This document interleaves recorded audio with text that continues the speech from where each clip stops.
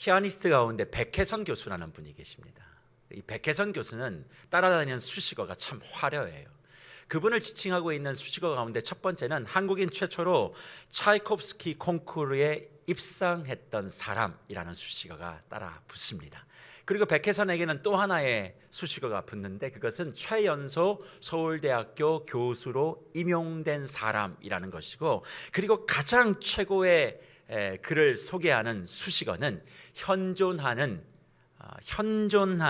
세계 100대 피아니스트 중에 한 사람이 바로 저희 나라의 백혜선 교수, 백혜선 피아니스트라고 할 수 있겠습니다. 그런데 그 백혜선 교수가 얼마 전에 자기의 삶을 정돈하고 있는 그 에세이집 하나를 냈는데 그 책의 제목이 어떤 것인 줄 아십니까? 나는 좌절의 스페셜리스트였다라는 책 제목을 가지고 책을 출간합니다.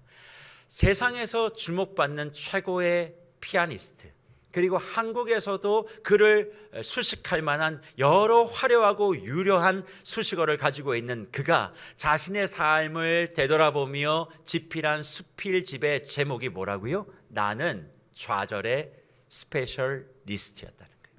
자기의 삶은 좌절로 점철되었고 좌절의 끝판왕이 누구냐? 바로 자기 자신이래요. 저는 사실 이 책을 집어들며 참 의아했습니다. 세상적으로 못 이룬 것이 없어요. 명예와 명성과 그리고 어떤 지위와 물질과 모든 면에서 최상위권을 가지고 있는 그가 왜 이런 책을 집필했을까? 사실 책 제목이 가지고 있는 호감도가 저에게 많았기 때문에 이 제목만으로도 저는 이 책을 선택할 수밖에 없었습니다. 왜요? 저의 삶도 좌절과 실패의 연속이거든요. 좌절과 실패의 연속의 삶을 살고 있는 저였기 때문에 책 제목이 너무나 마음에 들었고 그 책을 통하여 내게 주는 유익이 무엇인지를 더 깊이 살펴보고 싶었습니다. 그래서 화려한 수식어 뒤에 감추어 주었던 이 백혜선 교수의 진심이 무엇일까? 책을 읽어가면서 그는 이런 이야기를 합니다. 사실 백 교수는 자신의 삶을 일기장 형태로 참 많이 메모해 뒀어요. 그래서 그때그때 좌절했던 순간들을 너무나 또렷하게 우리에게 증언해 주는데, 자기 인생의 가장 첫 번째 좌절의 시기를 이야기하며 국민학교 때 자기가 수영 선수였답니다. 근데 수영 선수였으니까 열심히 연습을 해서 어느 수영 대회를 나갔는데 그때 인생의 첫 좌절을 경험했다고 해요. 왜 그런가? 우리 시니어들은 아마 이분의 이름을 이야기하면 다 누군지 알 겁니다. 아시아의 인어 누구죠?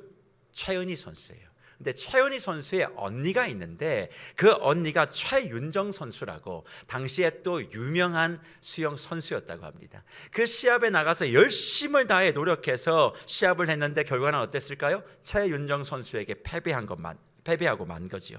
자신의 인생의 첫 좌절이 그 수영 대회였다 이야기합니다. 그러면서 그가 뭐라고 기록했는가? 노력해도 안 되는 게 있다는 걸 그때 처음 알았다는 거예요.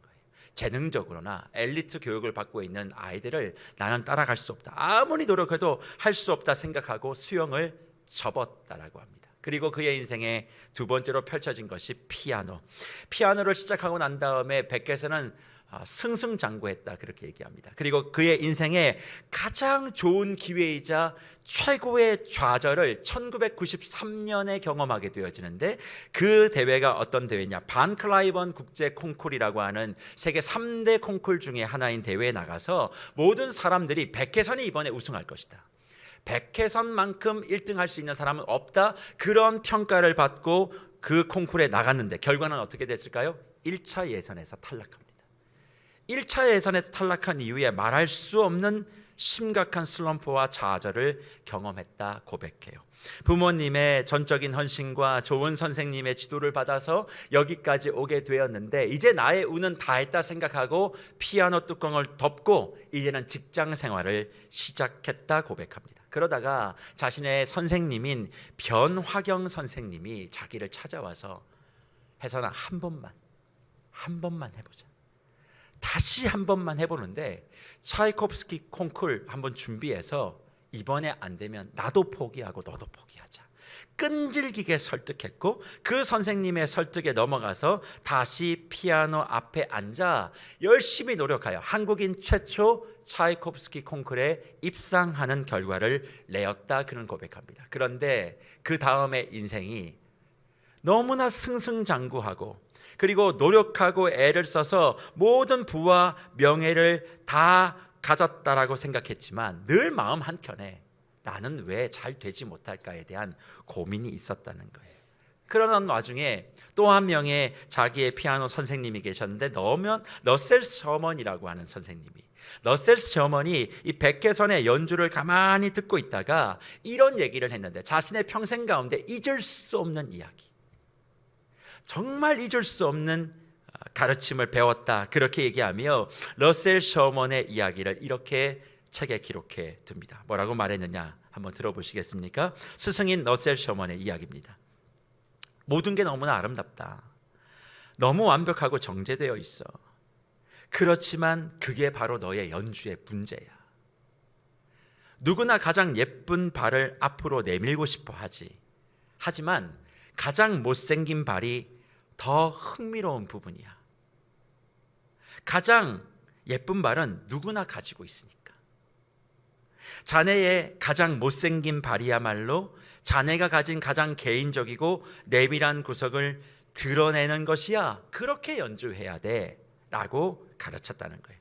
처음엔 그 말이 무슨 말인지 잘 이해 못했지만 시간이 지나고 난 다음에 백혜성 교수는 이 말을 이렇게 이해했다고 합니다. 사람은 누구나 자기 자신의 가장 좋은 모습을 보여주려고 하고, 그래서 가장 못생긴 자신의 발을 자꾸 예쁜 것으로 포장하려고 한다는 거예요.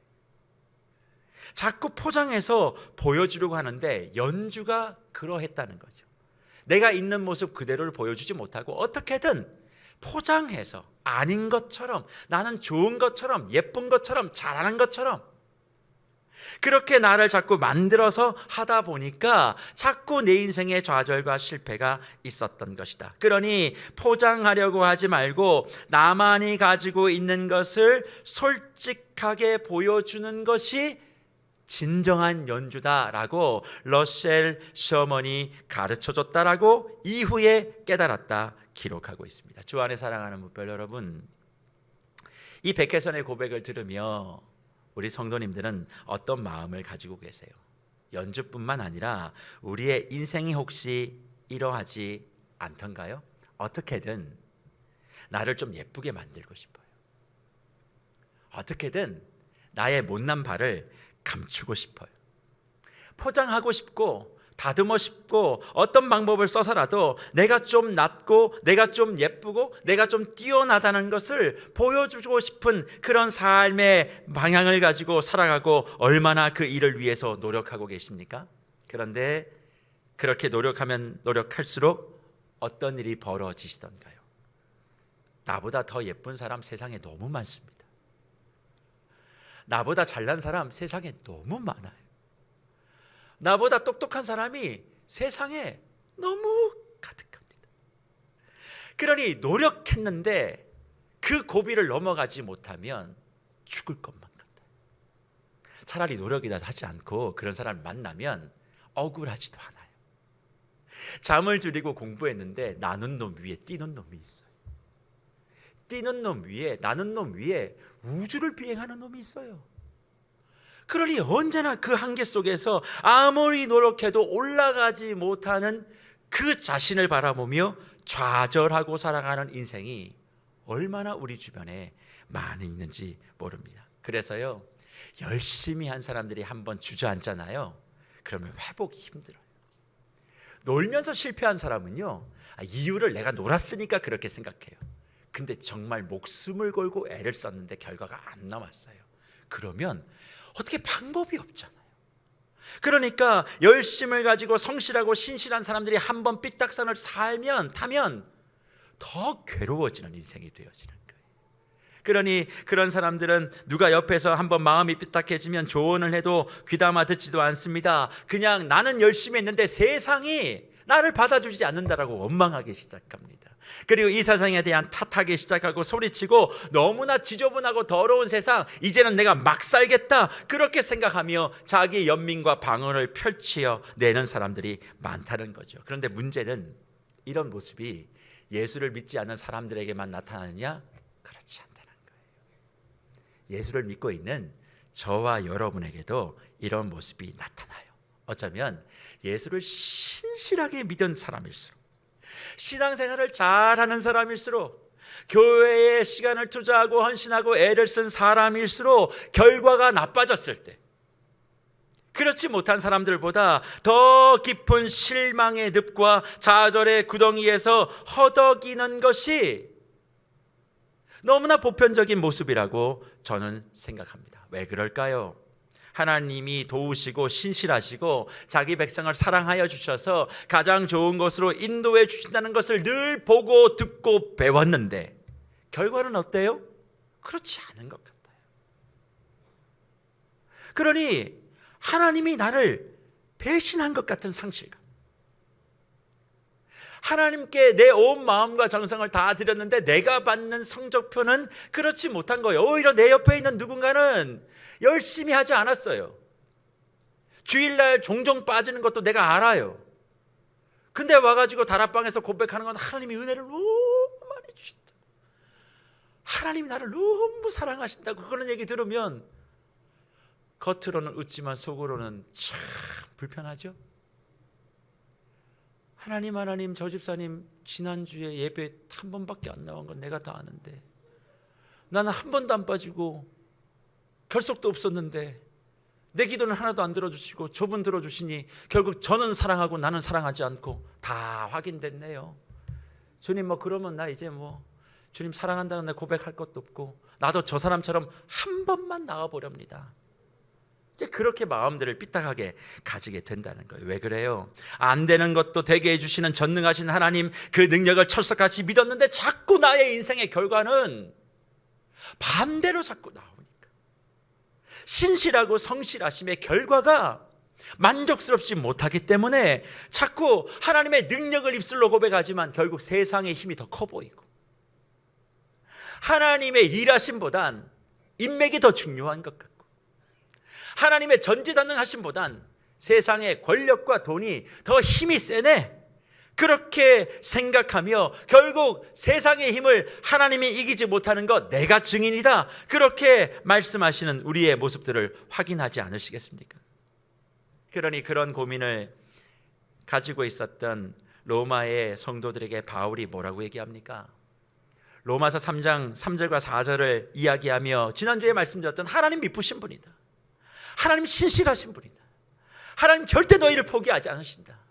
그럼에도 불구하고 왜 로마의 성도들은 박해를 받고 이렇게 힘듭니까? 우리의 삶은 왜 이렇게 풀어지지 않습니까? 하나님이 신실하시고 미쁘시다면 로마의 태양신을 숭배하고 황제를 숭배하는 저 사람들보다 예수를 믿고 예수를 의지하고 있는 우리의 삶이 더 좋아야 되는데 그렇지 못한 그 답답함을 가지고 있는 그 성도들을 향하여 하나님의 미쁘심이 무엇인 줄 아느냐 이야기하며 바울이 다윗의 고백 시편 51편 4절을 인용하여 미쁘심을 설명합니다. 그러면 다윗이 고백했던 시편 51편 4절은 뭐라고 기록되어 있을까요? 이렇게 기록되어 있는 거예요. 내가 주께만 범죄하여 주의 목전에 악을 행하여 싸우니 주께서 말씀하실 때에 의로우시다 하고 주께서 심판하실 때에 순전하시다 하리이다.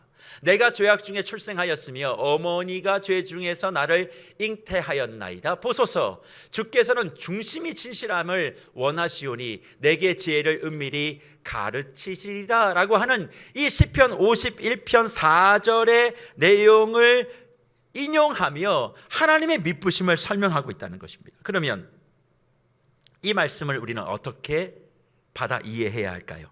하나님이 그렇게 신실한 능력이 있어도 세상의 힘, 세상의 견고함보다 부족하다고 느껴지는 우리의 패배, 하나님을 신실하게 믿고 있음에도 불구하고 늘 좌절의 연속인 우리의 삶, 그럴 때 내 길은 막혀 있어, 내 길은 이렇게 열리지 않는 거야 하는 바로 그 순간에 우리가 해야 될 것은 다른 것이 아니라 바울이 했던 이 고백, 하나님 앞으로 나아가 무릎을 꿇고 하나님의 회복해 주심을, 만져주심을 기다리고 그분 앞에서 내 안에 잘못된 것이 있으면 수정하고, 부족한 것이 있으면 용서를 구하고, 하나님의 겸손하게 하나님의 말씀을 듣고 지적한 것이 있으면 내 방향을 바꿔내는 시간들로 그 실패와 좌절의 순간들을 바꾸어낼 때 하나님의 믿부심이 우리의 삶 가운데 역사한다, 그렇게 말씀하고 있는 거예요. 다윗이 사실 51편을 기록했을 때 상황들은 좋지 못했습니다. 하나님을 의지하고 하나님을 신뢰한다고 하면서도 자신의 생각과 고집대로 살다가 주님 앞에 꺾어졌던 다윗이 주님 앞에 노래하고 있는 거예요. 사실 우리의 삶 가운데 내 뜻대로 내 방향대로, 아니 하나님이 함께 하신다는 믿음을 가지고도 얼마나 많이 넘어지고 엎어지는 우리의 인생입니까? 그럴 때 하나님이 내게 좌절을 주시고 눈물을 주실 때 우리가 해야 될 건 주님 앞에 나아가 하나님의 음성을 들어야 한다는 거예요.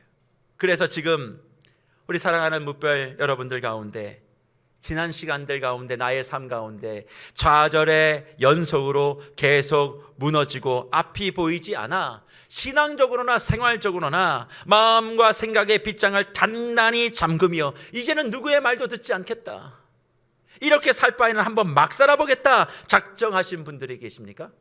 오늘 주 예수 그리스도 앞으로 나오시는 저와 여러분들이 되시기를 축복합니다. 그분의 신실하심과 그분의 능력을 진심으로 맛보기를 원하신다면 그분 앞으로 나와 그분의 능력을 경험하십시오. 그러면 그분 앞으로 나와 그분의 능력을 경험하는 그 의미는 도대체 어떤 것일까요? 저는 이 내용을 이렇게 한번 말씀드리고 싶어요. 사실 TV에 나오는 운동하는 선수들을 이렇게 가만히 보시면, 프로 선수들 보시면 되게 화려하시잖아요. 화려해 보이잖아요. 굉장히 인기도 많고 돈도 많이 벌고 뭔가 대단한 사람처럼 느껴지는 그런 부분들이 다 있을 겁니다. 그런데 그 사람들이요, 1군에 살아남기 위해서 얼마나 애를 쓰는지 몰라요. 그런데 조금 잘못되면 어떤 일도 있는 줄 아십니까? 2군으로 가래요. 2군으로 딱 내려가서 방출은 아니지만 2군 행통보를 받게 되면 2군에 가서 열심히 다시 또 훈련을 쌓고 다시 올라와야 되는 거예요. 그런데 감독이 2군 행을 명령할 땐 목적이 있죠. 그게 뭔 줄 아세요? 1군에서 너를 쓰겠다는 거예요. 근데 네가 지금 부족한 것이 있으니까 그것을 지금 한번 고쳐봐라. 아무리 잘하는 선수라도 기본적인 것이 되지 않으면 2군으로 내려보내서 작은 것을 고치고 그 기본을 확고하게 난 다음에 다시 완성이 되면 1군으로 불러다가 그 선수를 쓰겠다는 감독의 의지가 2군 통보 명령인 거예요. 하나님이 저와 여러분에게 좌절과 실패와 눈물의 시간을 주시는 건 뭔 줄 아세요? 신앙과 인생과 사업의 자녀의 가정의 2군행을 통보한 거예요. 그 2군행을 통보받으면 선수들이 되게 불안해한대요. 뭘 불안해할까요? 내가 다시 1군으로 올라갈 수 있을까? 그래서 그 불안감 때문에 그래 어차피 2군으로 내려온 거 내가 다시 올라갈 수 있는 기회가 없을 거야 생각하고 술 마시고 연습도 하지 않고 막 살면 2군으로 그냥 끝나는 거예요. 거기서 이름이 지워지는 거예요. 그러나 2군으로 가라는 얘기는 다시 너를 불러오르겠다라고 하는 그 감독의 의지인 걸 알고 내가 알지 못했던 내 부족함이 뭐지?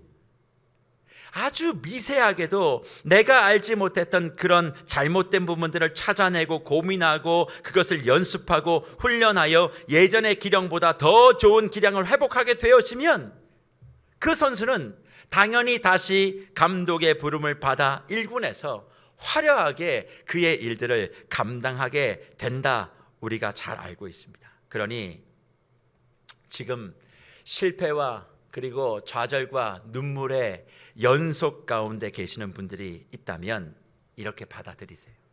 나는 인생과 신앙의 2군을 지금 경험하고 있는 거야. 2군에 가서 해야 될 건 나도 모르는 나의 약점, 나의 부족함을 하나님 앞에서 점검받으면 되는 거야. 회복되면 되는 거야. 내 인생이 망한 게 아니라 회복하라고 하나님께서 나에게 지금 그 시간을 허락해 주신 줄 믿고 마음의 불편함들을 털어내시는 저와 여러분이 되시기를 축복합니다. 지금 나의 인생과 나의 삶과 나의 자녀와 나의 가정에 2군행을 통보받은 것을 억울해하지 마세요. 억울하다고 되는 것이 아니라 이 시간을 통하여 내가 되어져서 다시 그 부르심이 있을 때 멋지게 쓰임 받겠다, 그렇게 선택받음에 감사하며, 지금 나에게 하나님이 말씀하시는 부족함이 뭐니? 이거 아니니? 너 지금 잘못된 게 이거 아니니? 저거 아니니? 그것들을 듣고 더욱더 나아지는 인생으로 서 가시는 저와 여러분이 되시기를 축복합니다. 그래서 나의 실패와 나의 좌절을 신실하신 하나님이 나에게 주시는 기회라 여기면 이것이 원망이 되는 것이 아니라 어떻게 바뀌는 줄 아십니까? 그래, 이런 문제가 있었음에도 얼마 전까지 나를 1군에 뛰게 해주신 하나님께 난 감사해. 그리고 또 2군이라고 하는 환경을 이렇게 만드셔서 나를 향한 하나님의 목적을 다시 확인해 주시니 나 감사해. 여기까지 이끌어 온 것도 너무 감사해. 그리고 새롭게 시작할 수 있는 용기와 힘과 시간을 주신 것 너무 감사해. 나를 1군에서 방출한 것이 아니라, 믿음의 자리에서 퇴출을 시킨 것이 아니라, 기적의 자리에서 제외시킨 것이 아니라 2군이라고 하는 시간을 줘서 호흡하게 하시고, 다음에는 그런 문제로 넘어지지 않게끔 나를 만들어주시는 하나님의 배려라 생각하고, 내 안에 상처받은 것, 영혼에 부상당한 것, 생각에 파괴된 것, 이런 것들을 다 회복하여 주님 앞에 다시 일어나면 하나님이 나를 불러주시고 책임져 주시고 더 좋은 길들로 선하게 인도해 주심을 믿고, 지금 좌절과 아픔과 눈물의 시간들을 너끈하게 이겨내는 저와 여러분이 되시기를 축복합니다. 그래서 하나님을 믿으셔야 되는 거예요. 우리를 힘들게 하기 위하여 하나님께서 그 어려움을 지나가게 하지 않으십니다. 그러니 주 안에 사랑하는 뭇별 여러분, 정말 죄송합니다만 나만이 갖고 있는 가장 불행한 히스토리가 세상에서 가장 슬프다고 착각하고 살지 마세요. 이 세상은요, 다 내가 갖고 있는 정도의 눈물의 스토리는 다 가지고 있어요. 나만 그렇다는 자기 연민에서 빨리 나오세요. 누구나가 다 가지고 있는 스토리예요. 나의 부모가 일찍 이혼할 수 있어요. 나의 부모가 일찍 주의 품에 안길 수 있어요. 그래서 홀로 자수성가 여기까지 오는 그 아픔, 나만 갖고 있는 게 아니라 여러 사람들이 가지고 있는 내용들이에요. 그러니 그런 것을 특별하게 생각할 것이 아니라 그것을 일반화시키고, 그런 시간들을 통해 하나님이 나를 더 새롭게 만들어주시는 것이다 믿고 더 열심히 하나님 앞으로 나아가 주님이 계획하신 그 길들을 걸어가야 하는데 우리가 그러지 못합니다. 왜일까요? 믿는다고 하는데 믿지 않기 때문에 그래요. 하나님을 믿는데 믿지 않는다는 말이 무엇입니까? 그것을 이렇게 저는 설명드리고 싶어요. 주 안에 사랑하는 뭇별 여러분, 하나님을 믿으십니까? 믿으세요? 그러면 하나님께 모든 걸 맡기십니까? 믿는다고 하는데 믿는다는 말을 할 뿐 맡겨본 적이 없는 거예요. 우리는 하나님을 믿는다라고 얘기합니다. 그러나 자녀 문제를 하나님께 맡겨본 적은 없어요. 하나님의 살아계심을 믿는다고 하지만 내 사업을 하나님께 맡겨본 적은 없습니다. 이 교회의 주인이 하나님이신 것을 내가 믿는다고 하지만 이 교회 사역을, 이 교회의 재정을, 이 교회의 앞으로의 모든 비전을 하나님께 맡겨본 적은 없어요. 그러니까 믿는다고 하는데 맡기지 못하니까 어떤 일이 벌어집니까? 염려, 근심, 걱정, 불안이 늘 내 안에 있는 거죠. 하나님을 믿는데 의심합니다. 하나님을 믿는데 늘 불안합니다. 믿었으면 맡기면 되는데 그게 되지 않는 거죠. 그러니 그분이 살아계심도, 그분의 능력도, 그분의 전능도 입술로는 믿는다고 하지만 하나님이 주도하는 인생, 하나님이 주도하는 나의 사업, 하나님이 주도하는 나의 계획, 하나님이 주도하는 교회의 사역을 한 번도 맡겨드리지 못했기 때문에 늘 입술로는 전능하신 주님을 찬양하고 주님께 영광 경배 올려드립니다. 그렇게 얘기하지만 저 문을 나가는 순간 또 나의 인생은 불안합니다. 오늘 어떤 일이 있을지, 내일 어떤 일이 있을지, 그런 마음을 가지고 살아가는 그리스도인들이 얼마나 많아요. 그러니 그런 불안과 눈물과 좌절의 골짜기와 해를 경험하고 있는 그 우리를 향하여 믿음의 시인들이 뭐라고 도전해요? 시편 37편 5절 이렇게 도전하죠. 내 길을 뭐 하라고요? 여호와께 맡기라. 그를 의지하면 그가 이루신다. 내 길을 맡기래요. 내 길을 여호와께 맡기는 것. 다시 자막 보여주세요. 내 길을 여호와께 맡기면 어떤 일이 벌어집니까? 그를 의지하는 것이 되고 그 의지하는 그 믿음을 하나님이 이루시겠다는 거예요. 그러니까 믿음은 맡기는 거예요. 믿습니다 1000번 하셔도 소용없어요. 한 번 맡기면 돼요. 맡길 때 하나님이 이루시는 거예요. 그리고 시편 55편 22절에서 또 뭐라고 얘기합니까? 내 짐을 여호와께 뭐 하라? 맡기라. 그가 너를 붙드시고 의인의 요동함을 영원히 허락하지 아니하신다. 뭘 맡겨요? 내 좋은 걸 맡기는 게 아니라 네 짐을 맡기래. 불안한 짐, 걱정의 짐, 염려의 짐, 이런 것들을 맡기면 그가 뭐 한다고요? 너를 붙드신대요. 어떠한 상황 가운데도 요동하지 아니하는 그런 모습으로 우리를 인도하시겠다 선언하고 있는 거죠. 그런 차원에서 우리의 사역과 신앙 가운데 가장 힘든 것은 믿음의 문제가 아니에요. 믿음이 어려운 게 아니라 맡기는 게 어려운 거예요. 맡기는 게 어려운 거예요.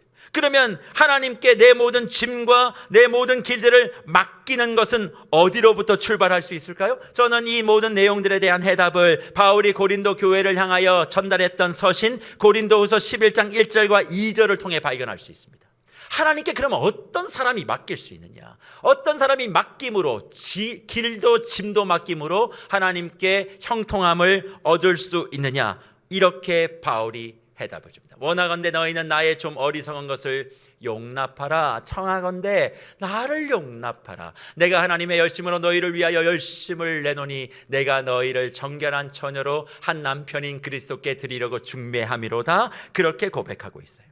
2절에서 하나님의 열심으로 나의 열심이 이런 일들을 이루었다. 그걸 설명하면서 1절에 전제된 내용이 있습니다. 고린도 교회 성도들을 향해서 뭐 하는 거예요? 나의 어리석음을 용납하라고 얘기해요. 청하건대 나를 좀 용납하라. 왜 용납해야 되는 거예요? 나는 어리석은 자라는 거예요. 나는 능력이 없는 자라는 거예요. 나는 할 수 있는 게 아무것도 없는 사람이라는 거죠. 그러니까 나의 부족함을 인정하고 그것을 주님 앞에서 성도 앞에서 사람 앞에서 고백하는 사람에게 뭐가 임하는 거예요? 하나님의 열심이 임하는 거예요. 그냥 믿는다는 사람 그거 아니에요. 내가 부족하니까 뭐 할 수밖에 없어요? 맡길 수밖에 없는 거예요. 내가 할 수 없으니까 하나님을 의지할 수밖에 없는 겁니다. 왜 우리가 믿는다고 하면서 맡기지 못하는 줄 아세요? 다 믿는 구석이 하나님 말고 한두 가지 있기 때문에 그래요. 이거 이렇게 하면 될 거 내 머릿속에 다 있어요. 그러니까 기도하면서도 사력을 다해서 기도하지 않는 거예요. 요거 기도했는데 안 되면 뭐 이 방법으로 하면 되지 뭐. 아유 이거 뭐 또 이거 준비되어 있는데 내 안에 그런 마음 갖고 있으니까 사력의 기도가 안 나오는 거예요. 하나님 당신밖에 없습니다. 하나님 아니면 이거 해결되지 못합니다. 주여 나를 살리든지 죽든지 주님이 하십시오. 이런 마음을 가지고 주님 앞에 다 맡겨놓으면 그 기도하고 나면 어떤 일이 벌어지는 줄 아세요? 마음이 평안해져요. 왜요? 어차피 하나님이 안 해주셔도 이건 안 되는 거예요. 근데 하나님이 하시면 되는 거예요. 그러니까 난 걱정이 없어요. 어차피 안 될 거 안 되는 게 정상이고 되는 게 기적이에요. 뭘 걱정해요? 그렇잖아요. 앞에 서 있는 목사에게 뭐 기대하실 게 뭐가 있어요? 저는 아무것도 할 수 없어요. 제가 할 수 없는 게 정상이에요. 근데 제가 하는 게 기적인 거예요. 우리 모두가 다 그런 거예요. 내가 가지고 있는 실력 안 되는 걸 뻔히 알면서도 자꾸 딴 줄을 잡으려고 하니까 하나님께 의지하지 못하는 것 아닙니까? 내 안에 가장 못난 발이 있음을 인정하는 거죠. 내가 할 수 없는 능력밖에 없다는 것을 인정하는 겁니다. 그걸 부인하지 않는 거예요. 근데 우리 안에 뭐가 있어요? 근거 없는 자존심이 있다는 거예요. 사람은요 다 자기 잘난 맛에 살아요. 아닌 척할 뿐이지. 다 그 자기 잘난 맛, 자존심. 그러니까 그거를 잃어버리기가 싫은 거예요. 놓기가 싫은 거예요. 그러니까 남들 앞에서 나는 뭐 좀 다 더 잘 아는 것 같아야 되고. 그래서 예수 속담에 뭐라고 얘기합니까? 겨는 익을수록 고기를 숙인다고. 진짜 부자들은 돈 자랑 안 합니다. 진짜 똑똑한 사람들은 자기 지식 자랑 안 합니다. 정말 품이 있는 사람들은 자기 인격을 자랑하지 않습니다. 정말 믿음 있는 가정은 자기 안에 잘됨을 자랑하지 않아요. 왜요? 이건 하나님이 하신 거기 때문에 자랑할 게 없는 거예요. 그러니 바울도 보십시오. 자기가 얼마나 뛰어난 사람인 걸 얘기할 수 있음에도 불구하고 자신의 모자람을 용납하라고 고백합니다. 그리고 난 다음에 뭐라고 얘기합니까? 내가 하나님의 열심으로 너희를 위하여 열심을 낸다, 그렇게 말하죠. 부족을 인정하니까, 나의 모자람을 인정하니까 하나님의 열심이 내게 부어졌다. 하나님의 열심이 부어지니까 이제는 자기 자신이 하나님의 열심으로 주의 사역을 감당하게 됐다, 그렇게 고백하고 있는 거예요. 그런데 저는 이 말씀을 대할 때 이렇게 받아들여졌습니다. 단지 하나님이 추상적으로 열심을 부어주셔서 바울이 열심을 냈다, 이런 내용이 아니라 바울이 자기 자신의 약함을 인정하고 주님 앞에 나오니까 하나님이 단순하게 만드신 거예요. 뭘 단순하게 만들었느냐?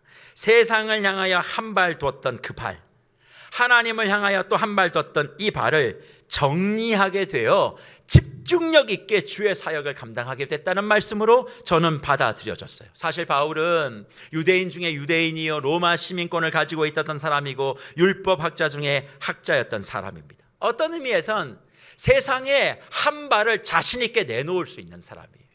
그런데 자기의 부족함을 인정하고 하나님의 열심이 채워지니까 그 발을 정리하고 이젠 오직 하나님이 내 인생을 책임지실 분이다, 그분의 열심을 내가 보고 듣고 알게 되었으니 이제는 세상을 향하여 내어놓았던 그 한 발이 이제는 세상을 위한 발걸음이 되어야겠다. 세상을 위한 발걸음이 될 것으로 정돈이 되어지고 주님을 향한 그 발걸음이 주님을 위한 발걸음으로 완전히 바꿔지는 그런 놀라운 모습을 고백하고 있다 받아들여졌습니다. 그러니 주 안에 사랑하는 뭇별 여러분, 맡기고 싶은 맡김의 믿음을 가지고 싶기를 원하신다면 지금 나의 부족을 진짜 인정하는 거예요. 할 수 있는 것이 없으면요, 하나님 말고는 찾지를 않아요. 나의 부족을 인정하면 나를 일군으로 최고의 메이저리그 그라운드에서 뛰게 하셔서 세상의 사람들이 부러워할 사람으로 나를 세우기 위하여 지금의 실패를 주시는 거예요. 지금의 좌절을 주시는 거예요. 그리고 그것을 통해서 교정할 기회를 주시며 내가 너를 아직도 포기하지 않았다, 너를 내가 반드시 콜할 거다, 너를 내가 신실함으로 끝까지 책임지고 이끌어 줄 거다, 그런 하나님의 계획까지도 알게 되어진다면 가진 것이 없어도, 할 수 있는 것이 없어도 주님, 내가 할 수 있는 것을 하겠습니다, 하나님께 모든 것을 맡깁니다. 나의 과정도 나의 결과도 다 맡기겠습니다. 결과가 내가 생각하는 바대로 나오지 않아도 그 결과를 뒤집어 가장 좋은 것으로 바꾸어 가실 내 하나님이 신실하시고 미쁘신 분이기에 나는 오늘도 나의 길을, 나의 짐을 하나님께 맡겨드립니다. 그렇게 고백하며 내 인생에 세상을 향하여 뻗쳐 있는 모든 포장되어 있는 발걸음을 다 거두어드리고 있는 모습 그대로 세상을 위해 이제 내가 내어놓습니다. 주를 위해 내가 내어놓습니다. 주를 통하여 복받는 것이 중요한 것이 아니라 이제 나를 통해 세상이 복받을 수 있도록, 나의 좌절과 실패를 통하여 누군가에게 위로가 되어지고 그럼에도 불구하고 하나님의 신실하심과 미쁘심이 나를 여기까지 인도해 주셨다라고 하는 믿음의 징표로 저와 여러분을 사용하기 위하여 인생과 신앙의 이군에 저와 여러분을 초대하고 있는 줄 믿습니다. 그렇다면 이 하나님의 신실하심과 맡겨주심을 우리가 어떻게 주님 앞에 온전히 완성시킬 수 있을까요? 저는 그 해답이 예배에 있다라고 생각합니다. 하나님께 내 모든 인생을 다 맡겼습니다. 그것을 훈련하고 그것을 고백하는 자리는 바로 예배의 자리예요.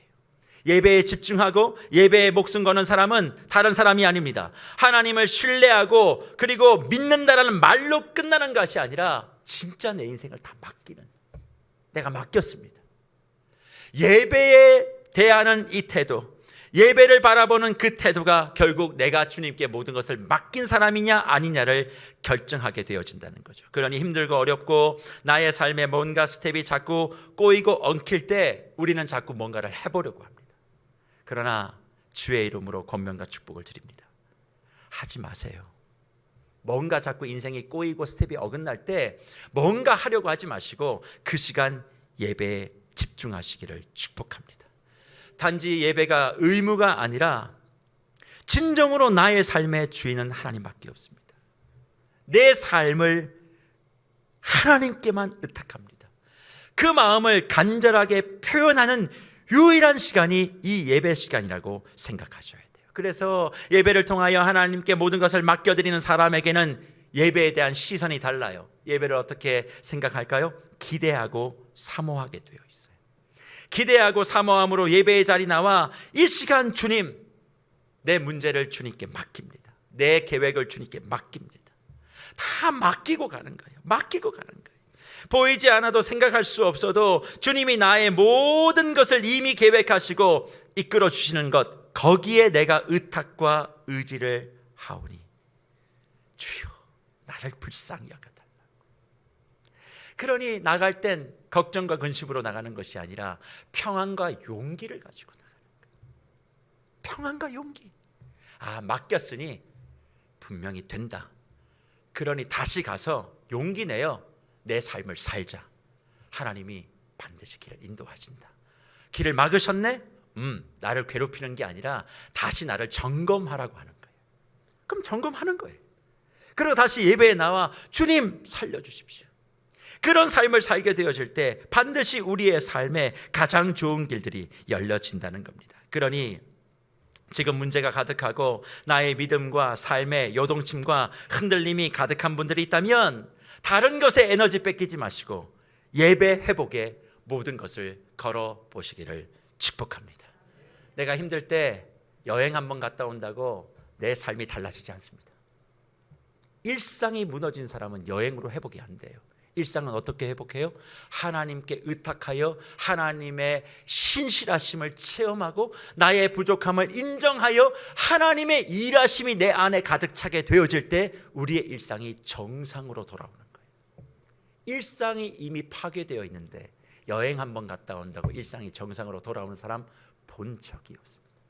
왜요? 여행 갔다 와도 망가져 있는 일상은 그대로 있어요. 그러니까 내가 회복돼야 돼. 내 시선이 달라져야 돼. 내 안에 하나님의 영이 가득 부어져야 돼.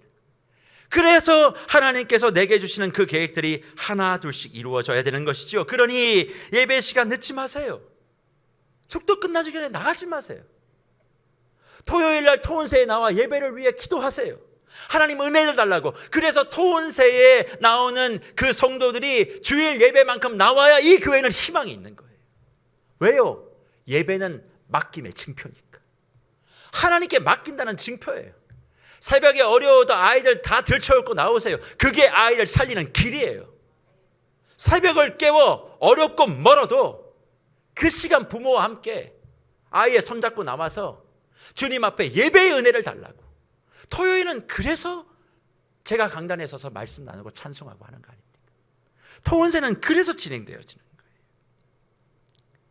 그리고 그런 시간들을 통해 하나님이 나의 인생 가운데 어떤 은혜를 주시는지, 또 막힌 것을 뚫어 열어주시는지, 그것이 체험되어질 때 제2, 제3의 바울의 간증이 우리를 통해 나오지 않겠습니까? 그래서 오늘 말씀을 저는 이렇게 결론 내려보고 싶습니다.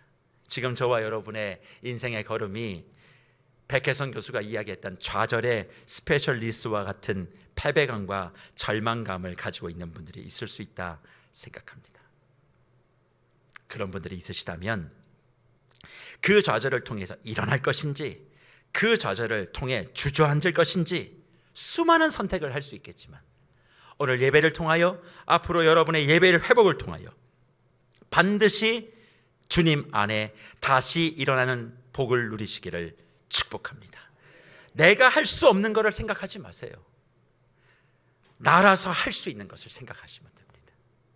그걸 주님 앞에 내어놓고 믿음과 의탁과 맡김과 경건을 하나 둘씩 쌓아 올라가면 반드시 거기에 하나님의 신실하심은 역사하실 겁니다. 다시 예배로부터 시작해 보시고 다시 말씀으로부터 출발해 보시고 주님이 주시는 이 좌절의 시간, 내 인생의 이군행 통보 기분 나빠하지 마시고 주님이 나를 불러 세워주셔서 포기하지 않으시는 주님의 승리의 사인으로 이걸 받으셔서 빨리 점검하면 점검할수록 일군 부대의 복귀는 화려하게 펼쳐지는 것입니다.